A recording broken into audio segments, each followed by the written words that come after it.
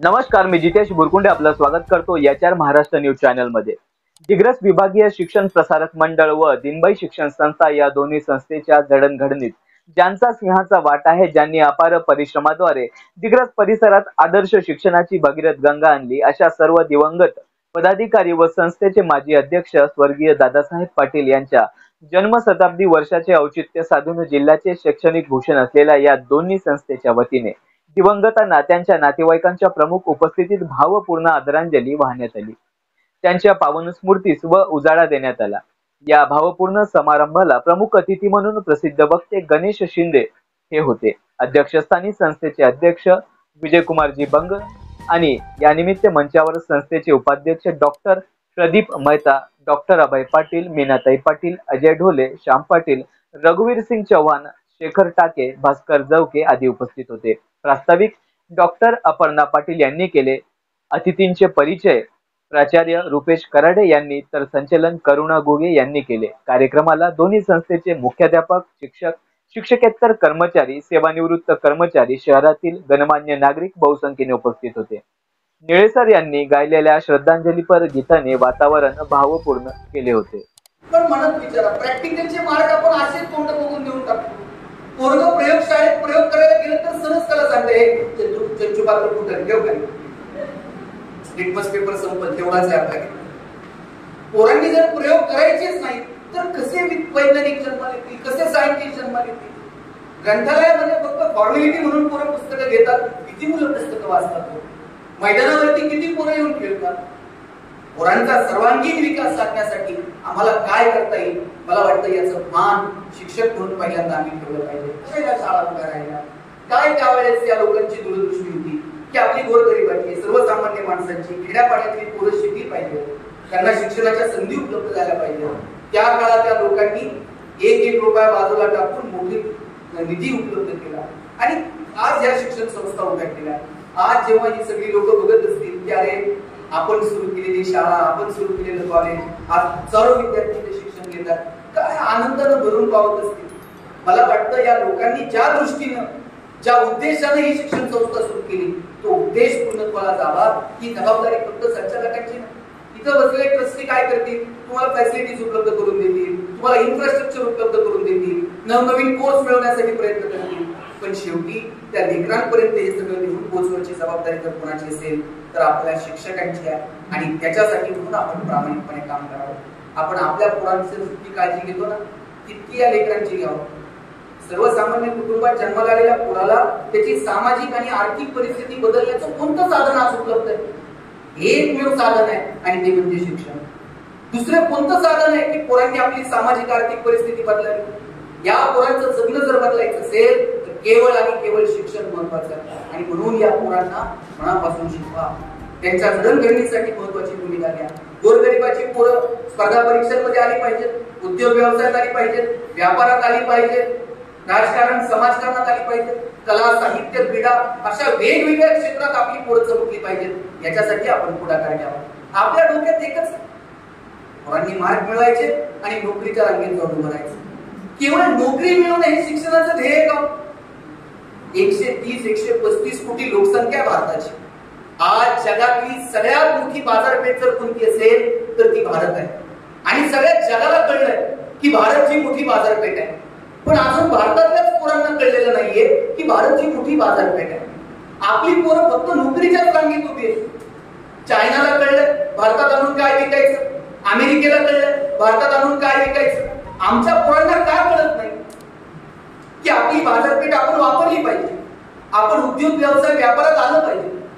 शेतकऱ्याच्या पोराला का कळत नाही आपल्या बापाला घाम गाळता येतो, कष्ट करता येतात, पिकवता येतं, आपल्याला बाजारात खणखणीत नाणं वाचवून विकता आलं पाहिजे। हे स्किल आपण आपल्या पोरांमध्ये का डेव्हलप करू शकलो नाही? आपल्या पोरांना मार्केटिंग कळलं पाहिजे, आपल्या पोरांमध्ये नवनवीन स्किल असले पाहिजे। याच्यासाठी कॉलेजच्या जीवनात शिक्षकांनी पुढाकार घ्यावा। आपली पिढी जन्माला घातली ज्याचा त्यांच्या ज्ञानावर विश्वास नाही, मनगटावर विश्वास नाही, त्या पोरानं बागेतल्या मॅनेजरचे पाय पकडले आणि म्हटलं साहेब पडल ते काम करत पण नोकरी मात्र द्या। म्हटले काय कर? बागेतला मॅनेजर म्हणला तुला नोकरी क्लर्कची देतो, तुला फॅसिलिटीज क्लर्कच्या देतो, पण जोपर्यंत बागेत गोरिला येत नाही तोपर्यंत तुला काम मात्र गोरिलाचं करावं लागतं. मुलगा म्हणला पगार आहे ना, आणि मग गोरिला तो गोरिला रोज यायचा, गोरिलाचे कपडे घालायचा, पिंजऱ्यात जाऊन उभा राहायचा. लोक यायची, शेंगा बिंगा खायला घालायची, मला मजा. पगार पण चालू आहे, डेली अलाउन्स पण सुरू. एक दिवशी कॉलेजच्या पोरापोरींची ट्रिप आली आणि कॉलेजच्या मुला मुलींकडे बघून हे जोर जोरात उड्या मारायला लागले आणि उड्या मारता मारता चुकून वाघाच्या पिंजऱ्यात जाऊन पडले. वाघाच्या पिंजऱ्यात पडल्यावर म्हणलं नोकरी गेली तरी चालते, जीव वाचला पाहिजे. जीव वाचावा म्हणून हे जोर जोरात ओरडायला लागलं. याच्या आवाजानं झोपलेला वाघ जागा झाला, चौकाळून याच्या अंगावर धावून आला आणि हातावर हात ठेवून म्हणला ओरडू नको, नाही तर दोघांची नोकरी नाही.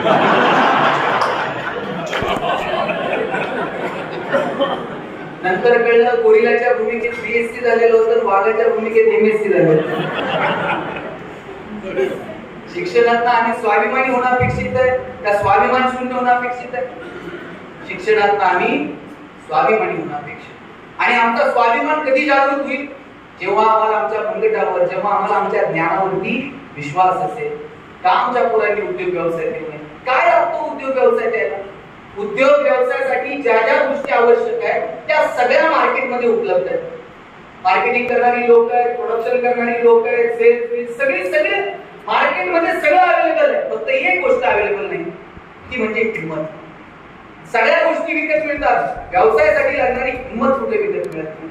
ती हिंमत आपल्याला आपल्या पोरांमध्ये निर्माण करता आली पाहिजे. आईच्या पायावरती डोकं ठेवून बघा, आई जीव ओवाळून टाकते, माझं आयुष्य कोण तुला लागलं. बापाच्या पायाला फक्त असा हात लावून बघा, बाप असा पाठीवर हात मारतो, पठ्ठ्यास हात राहा. जोपर्यंत आई बाप जिवंत आहे तोपर्यंत स्पर्श आहे. त्या स्पर्शांचं, आई वडिलांच्या विचारांचं महत्व येणाऱ्या पिढीला आपण सांगायला. म्हणून मी म्हटलं सिलेबसच्या पलीकडे जाऊन वेगळी धार तुम्हाला या लेकरांसाठी ओढावी लागेल. नात्यातली मजा त्यांना कळायला नको का? मला सांगा, मी तुम्हाला आता सगळ्या महिलांना विचारतो, तुमचं माहेर कुठपर्यंत? जोपर्यंत माहेरात आई येतो. सासर किती श्रीमंत असू दे, माहेरावरून सासरी येताना तुमच्या आईने तुमची पिशवी कधी रिकामी पाठवली का? 4 शेंगा घालून देईल, 4 वांगी घालून देईल, बाई हे घेऊन जा, बाई ते तुमच्या सासरी मिळत नाही का? सगळं मिळतं. पण आईला वाटतं मी लेकीला काय देऊ आणि काय. आपलं बालपण कधी संपतं माहिती आहे? तुम्ही म्हणाल शाळेत गेल्यावर बालपण संपतं, कॉलेजला गेल्यावर बालपण संपतं. मी म्हणतो तुम्ही म्हातारे झालात ना तरी तुमचं बालपण संपत नाही. बालपण तेव्हा संपतं जेव्हा आई जाते. आई गेली का समजावं आता आपण मोठे झालो, आपलं लहानपण संपलं. कुणाच्या मांडीवर डोकं ठेवायचं, कुणाकडे हट्ट करायचा, कुणावर रुसायचं, कुणावर चिडचिड करायचं, कुणाच्या पाठीमागे लागायचं, कुणाच्या पदाला हात बसायचा. ती माणसं निघून गेली का मग आपण मोठे होऊन जातो. म्हणून ज्यांच्या नशिबाने भारत माणसाशी जिवंत आहे त्यांनी त्यांना जपायला हवं. ज्या देशाची कुटुंब व्यवस्था आणि शिक्षण व्यवस्था मोकळी झाली त्या देशाला संपवण्यासाठी कोणत्याही शस्त्राची गरज नाही. तुमची कुटुंब व्यवस्था आणि शिक्षण व्यवस्था जर संपली तर समजावं की आता आपला अधोगतीचा काळ सुरू झाला. मोबाईल किती सुंदर साधन आहे, विदिन अ सेकंद तुम्ही जगापर्यंत पोहोचता. पण आज त्याचा इतका अतिरेकी वापर झालाय, म्हणजे वयवर्ष 0 ते 18 वयोगटातल्या हजारो मुलांचे डोळे निकामी होण्याची वेळ आली. इतका स्क्रीन टाइम पोरांचा मोबाईलवरचा वाटत गेला. 2-2, 2.5 वर्षाच्या पोरांच्या हातात तुम्ही मोबाईल देऊन टाकले आणि बाप असं मुक्तपणे सांगते ना मला कळत नाही, त्याला कळत. पोरग रडायला लागल्यानंतर आई पोराला जवळ घ्यायची आणि जवळ घेतल्याबरोबर पोरग रडणं. आणि का थांबवायचं? कारण आईच्या गर्भात असताना पहिल्यांदा त्या लेकरानं काय ऐकलंय? आईच्या हृदयाचे ठोके ऐकले. ते त्याच्या इतके परिचित आहे, आईनं जवळ घेतल्याबरोबर त्याला कळतं माझी आई, आणि ते रडायचं थांबवलं. आता पोरग रडायला लागल्यावर आई काय करते? आता मी सांगितलं की मी सांगितलं. आणि पोरग असलं पुढचं आहे, मोबाईल हातात आल्याबरोबर रडायचं थांबलं. आईच्या स्पर्शाची जागा जर मोबाईलच्या स्पर्शाने घेतली असेल तर कुणाचा पराजय?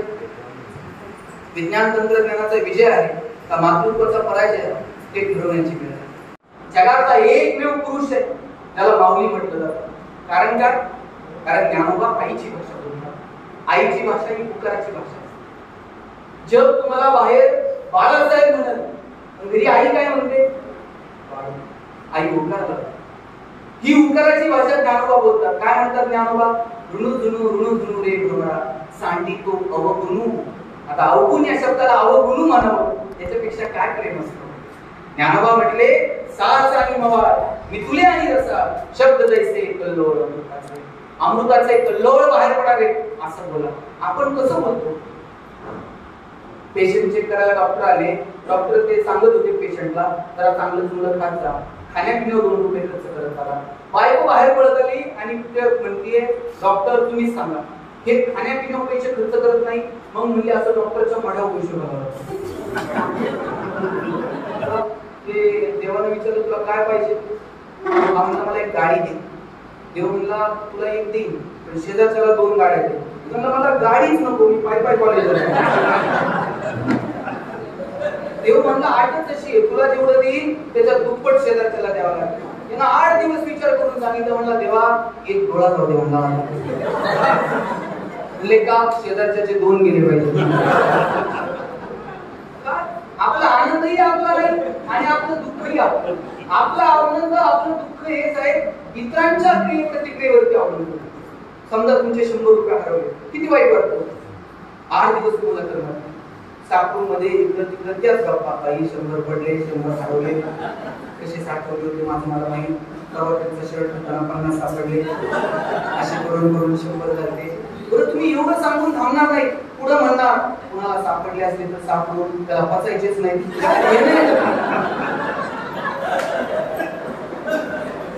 तर हे दुःख फार का नाही बरं का. त्यातल्या कोणीतरी एखाद्या मैत्रिणीनं सांगितलं पाहिजे बाई तुझे 100 पडले परवा माझे 500 हरवले. तुला इतकं बरं वाटतंय ना. काय धाडस होतं गाडगे बाबांचं. पंढरपुरात जर गेले मंदिरात कधी दर्शनाला जायचे नाही आणि लोकांना सांगायचे कमरेवरती हात ठेवून उभा असणारा पांडुरंग की घाण साफ करायला येणार नाही. हे चंद्रभागेचं वाळवंट तुमचं तुम्हालाच साफ करावं लागेल. आता खरडा घेऊन सगळं वाळवंट साफ करायचं. गावात जर कीर्तनाला गेले तर आधी गाव साफ करायचे आणि मग कीर्तनाला करायचे. एक व्यापारी आला म्हणलं बाबा आमच्या गावात तुमचं कीर्तन ठेवायचंय तुम्ही याल का. बाबा म्हणले तू मोठा व्यापारी तुझ्या गावात कीर्तनाला येईल पण माझी एक गट आहे. म्हणले का मी कीर्तनाला येईल पण सगळ्या गावाला पुरणपोळीचं जेवण खावण्याचं. बाबा तुम्ही येणार म्हटल्यावर सगळ्या गावाला पुरणपोळी खाऊ. बाबा कीर्तनाला गेले गाव साफ केलं कीर्तनाला उभे राहिले कीर्तन झालं लोकांनी पंक्ती धरल्या. बाबा पंक्ती प्रत्येकाला हातानं पुरणपोळी वाटली.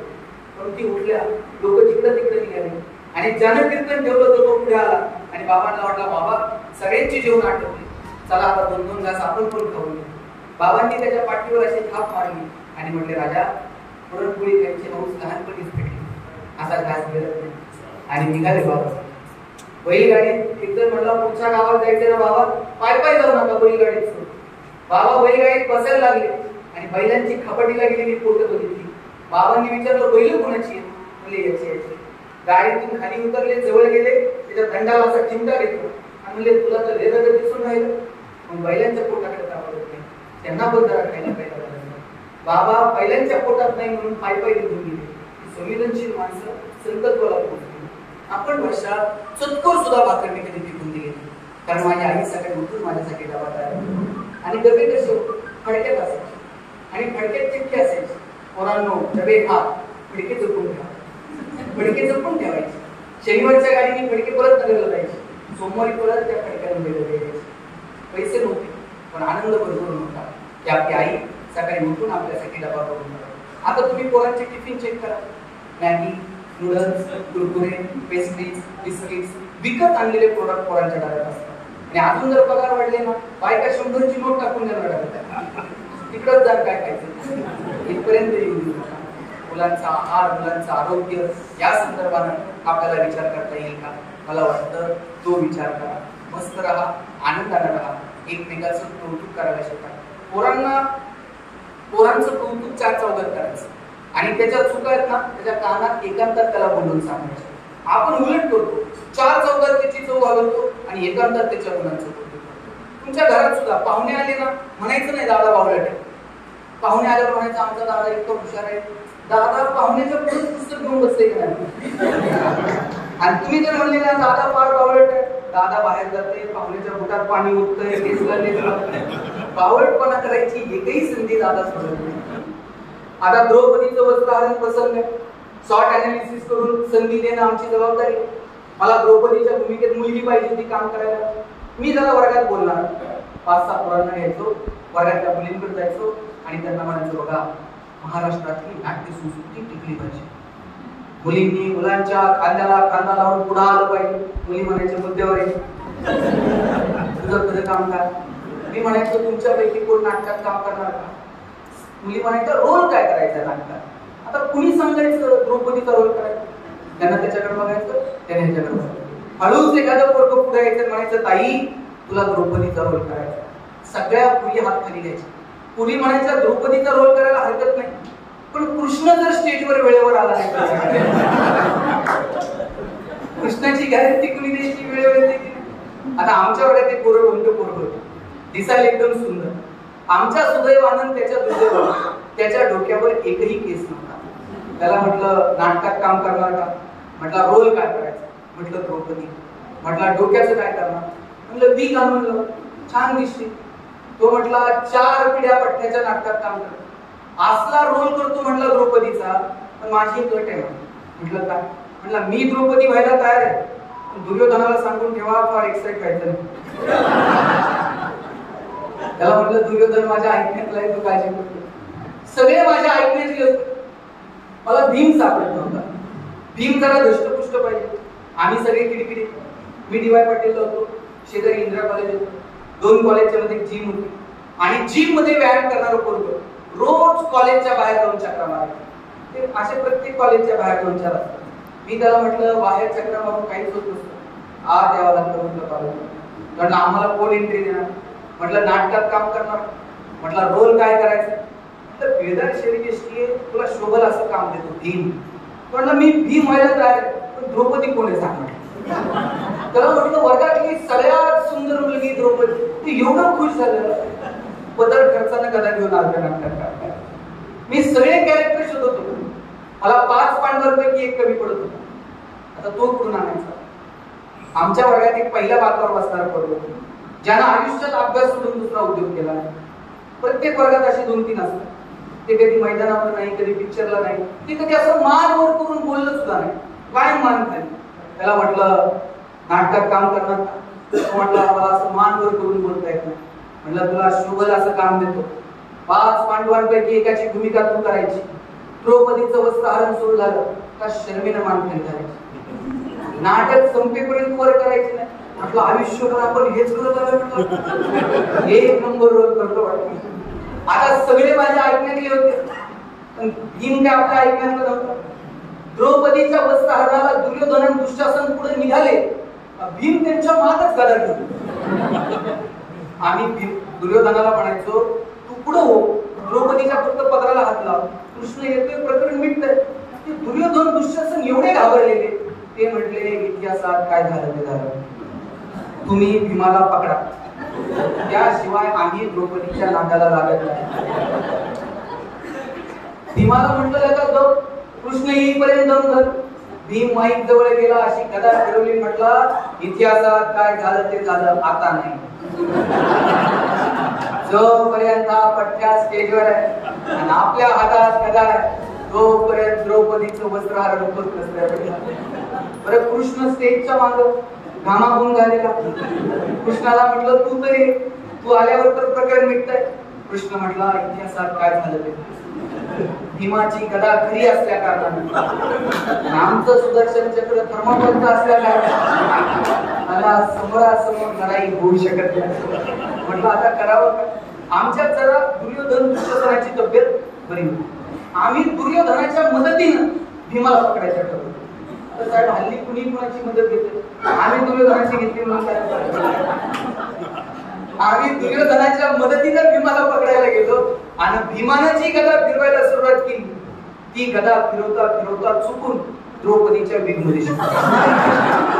त्याला म्हटलं शिरली तर शिरू दे, उचलू नको. त्याला राहावे ना, त्यानं जी गदा उचलली, द्रौपदी तिकडं बीग एकीकडं, सगळं टक्कल दिसायला लागलं, सगळं सभागृह हसायला. मला तर इतकं वाईट वाटलं. पहिलं वर्ष, पहिलं कॉलेज, नाटकाचा कार्यक्रम झाला. आमच्या चौघांच्या माना शर्मेने खाली गेल्या आणि आश्चर्य असतं, आतापर्यंत ज्याची मान खाली होती त्यानं वर बघितलं. बरं त्यानं इकडे तिकडे बघायचं तर द्रौपदीकडे बघतोय. त्याला सांगितलं होतं नाटकात एक शब्द बोलायचा नाही.